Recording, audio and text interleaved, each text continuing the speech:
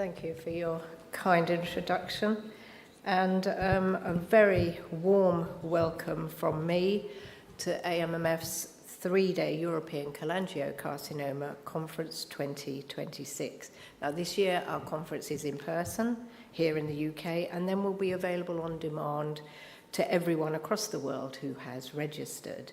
And we're delighted and honoured to welcome our co-chairs, Dr. Angela Lamarca from Spain and Professor Brian Davidson, who have just introduced themselves. They're both very good friends to AMMF and highly respected and knowledgeable specialists within the cholangiocarcinoma world.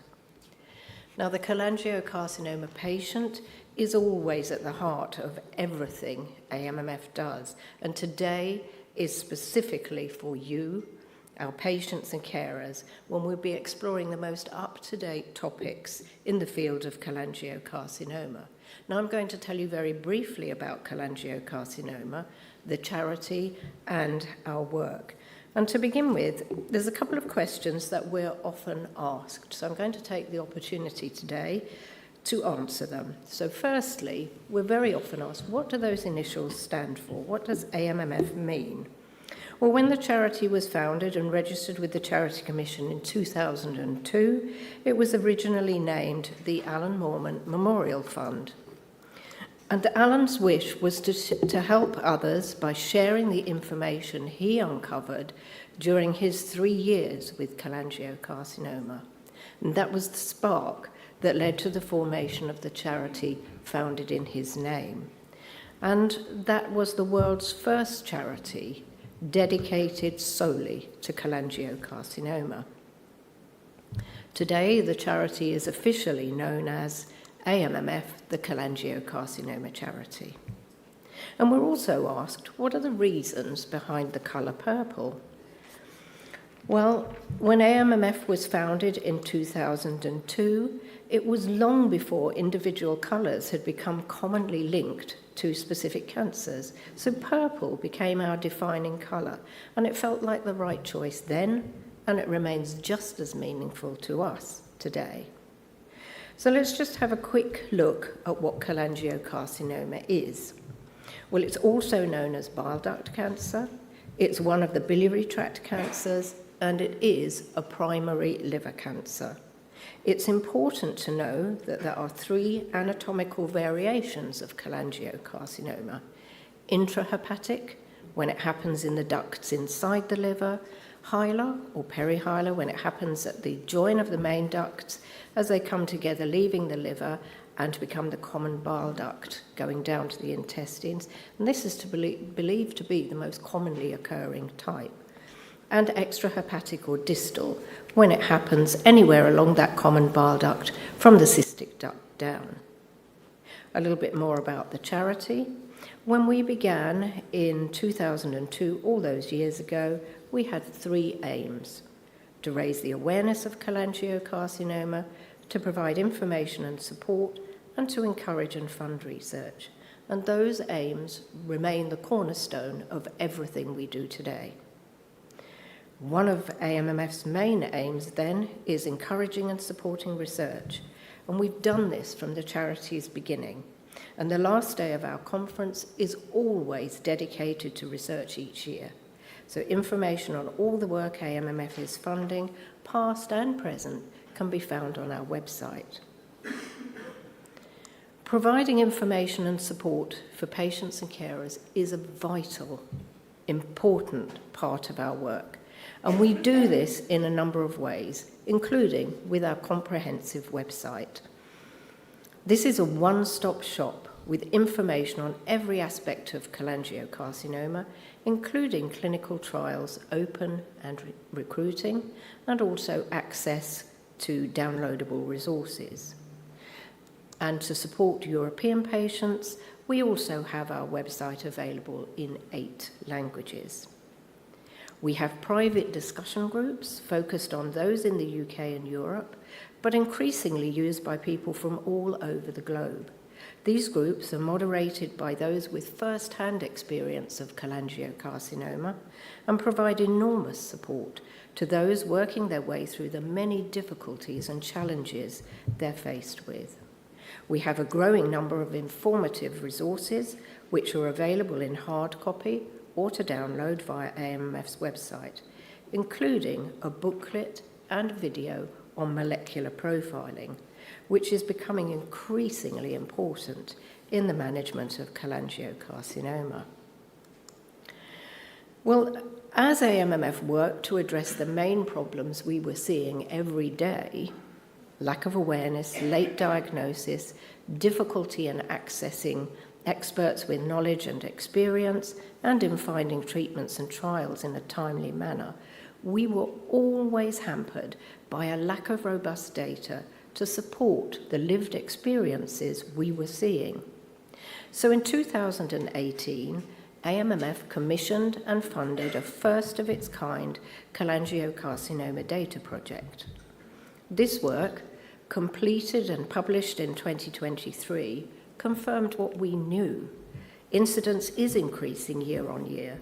More younger people are being affected. Survival rate is still appalling. Mortality is parallel to incidence.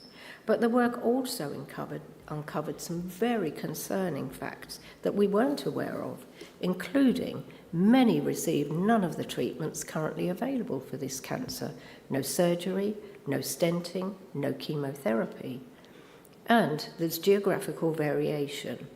So backed by the findings of our data project, AMMF began the Rethink Liver Cancer campaign in 2024, asking that cholangiocarcinoma is fully recognised as a primary liver cancer, and to raise the public and professional awareness of cholangiocarcinoma, particularly within the planning of health policy.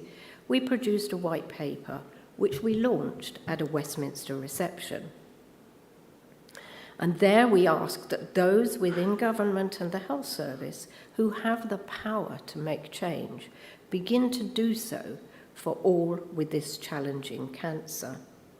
We continued to campaign throughout 2025 with our Faces of Cholangiocarcinoma project, asking for a fairer deal faster for all diagnosed with cholangiocarcinoma.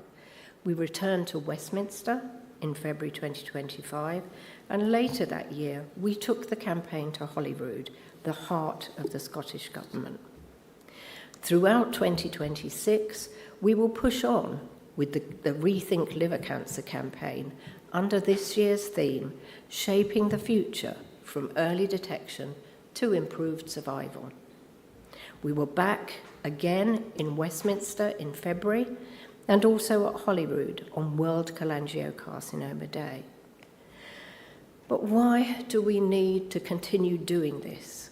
Because despite all the work, the problems we recognised in 2002 remain today.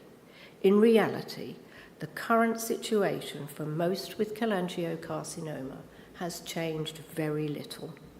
So I can do no better now than to let you hear from some of those people as they describe their current experiences.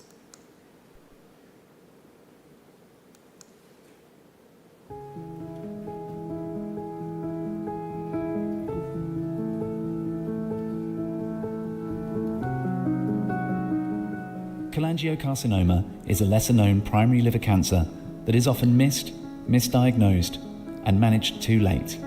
A new analysis of NHS records reveals that 2 in 3 patients do not receive any form of cancer treatment. We need more awareness to shape a better future for people affected by this cancer.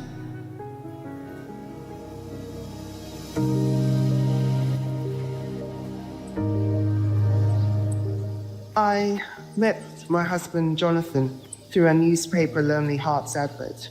It was funny, clever, endlessly curious, and full of energy. He loved running, was always training, and worked as a consultant in the NHS. When he started having stomach pain and constant burping, he brushed it off. He put it down to indigestion, his diet, maybe too much coffee. None of us imagined it could be cancer. I still beat myself up for not pushing him to get checked sooner. By the time Jonathan was diagnosed with cholangiocarcinoma, his doctor said it had likely been there for over a year and had spread everywhere. Even as a doctor, this cancer was hard to recognize. It isn't well known, and its symptoms are easy to miss. In just 3 weeks, I went from telling our sons, aged 3 and 6, that their dad was ill, to telling them he had died. Jonathan was only 59.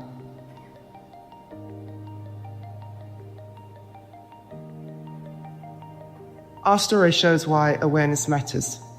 We need greater public understanding, clearer guidance for doctors, and early investigations of symptoms so that fewer families are left with questions that come too late.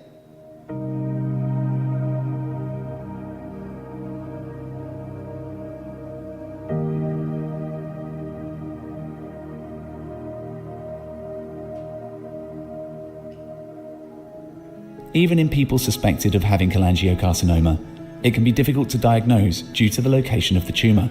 That's why we need the NHS to introduce new ways to detect and diagnose this cancer earlier.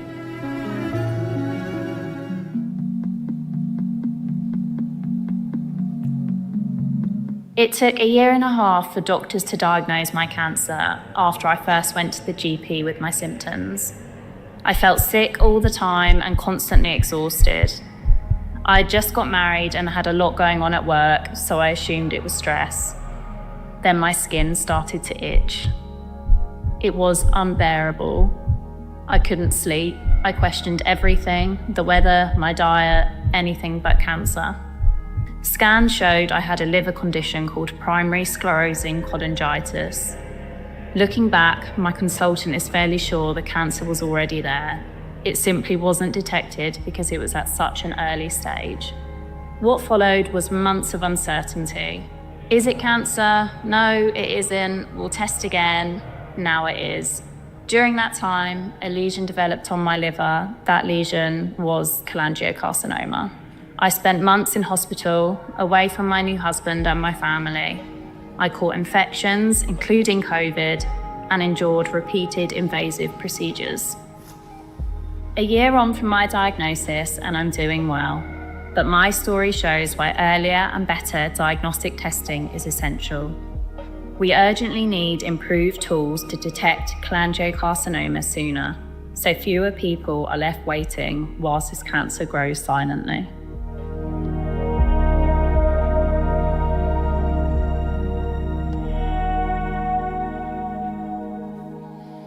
Innovative new therapies for cholangiocarcinoma are changing how the disease is treated and extending lives. But for everyone to benefit, all patients need to be assessed by an NHS specialist team with expertise in this cancer.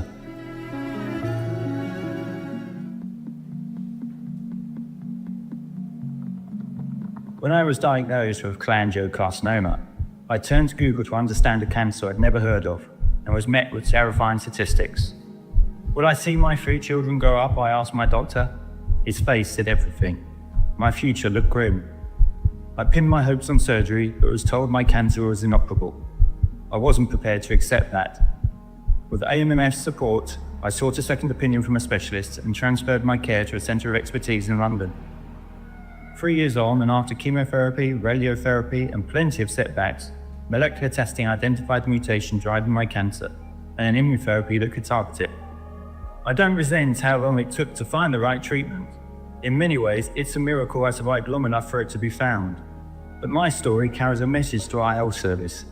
Support patients to access specialist care early and act on molecular and genetic testing from the start.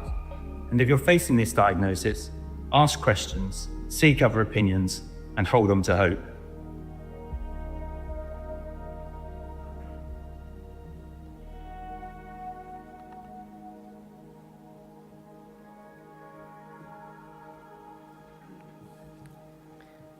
We're extremely grateful to Thelma, Florence, and Kevin for telling their stories so courageously. I'll skip the National Cancer Plan. You're going to hear more about that tomorrow, but I'm watching the clock. AMMF will continue to campaign to work towards raising awareness and for more equitable care and treatments until this is achieved for all cholangiocarcinoma patients. Thank you.